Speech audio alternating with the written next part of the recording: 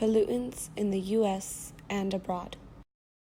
The U.S. pollutant emissions are fuel combustion electric utility, fuel combustion industrial, fuel combustion other, chemical and allied product MFG, metals processing, petroleum and related industries, other industrial processes, solvent utilization, storage and transport, waste disposal and recycling, highway vehicles, and off-highway. There are many different pollutants being emitted in the U.S. To take a closer look, we decided to look at 3 states that are fairly different in land size, population, and geographic areas. The states are Florida, Illinois, and Oklahoma.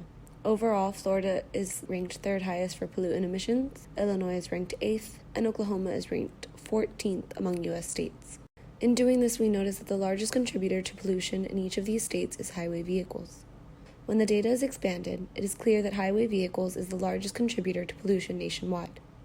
The overall trend in the U.S. also proved to be fairly similar for these 3 states when dealing with the amount of emissions of other pollutants. If highway vehicles are a huge cause of emitted pollutions in the U.S., we felt there was a good chance of them being substantial in other countries as well. So we decided to look at the European Union, as it is pretty comparable in size and geographical areas to the U.S.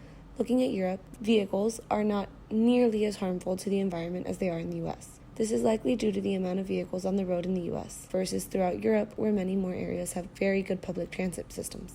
One key factor that was evident in both the U.S. and the EU is that in both areas, the amount of emissions has gone down throughout the past few years.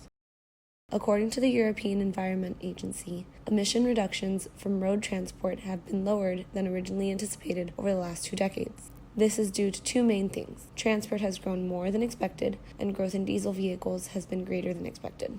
Based on the data gathered, we predict that in the next couple of years, the emission will continue to decrease. The U.S. and many European countries are closely monitoring pollution and have regulations for what can and cannot be manufactured because of the levels of pollution they cause. Information disclosure is used in many new applications, including product labeling, categorizing firms according to their environmental performance, and disclosure of pollution releases.